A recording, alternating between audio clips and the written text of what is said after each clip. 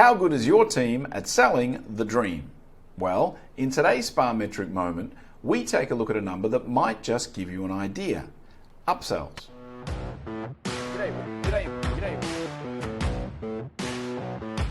An upsell percentage is expressed, surprise, surprise, as a percentage and is calculated by taking the total number of upsells sold divided by the total number of treatments sold.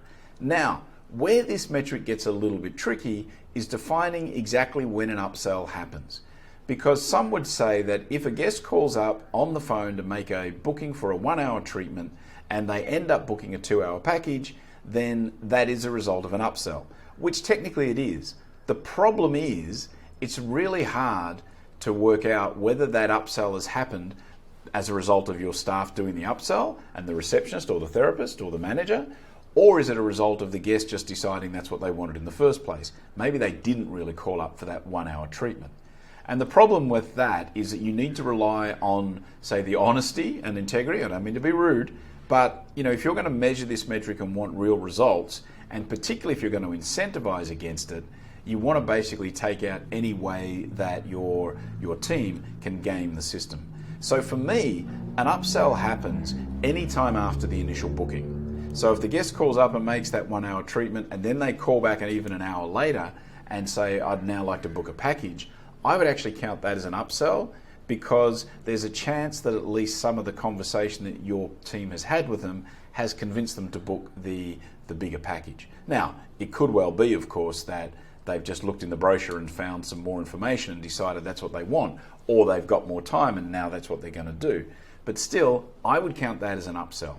It's obvious when the guest gets to the spa with the 1-hour booking in place, and then at the time you sell them on a 2-hour package, that's clearly an upsell. But it is a metric that's a little bit hard to, like I said, take out the ability of your team to game the system. And if you want to make this metric meaningful, you've got to try and do that wherever you can. So what I would like to see, and in terms of a benchmark, I think you should be aiming to upsell at least 10% of your treatments. I reckon that's a fairly good metric to work on, but it really depends on how hard you want to push the team and also what services and facilities you've got on offer. If you don't have a lot of other treatments on the menu, if you don't have a lot of other services available, if you don't have a lot of staff available, really hard to go and book an upsell treatment at the time. So what I'd like to hear from you is this a metric that you track? Is it a metric that you incentivize on? And if so, how do you define an upsell? At what point is a treatment upsold? Alrighty, I thank you for tuning in. I will be back again tomorrow. See ya.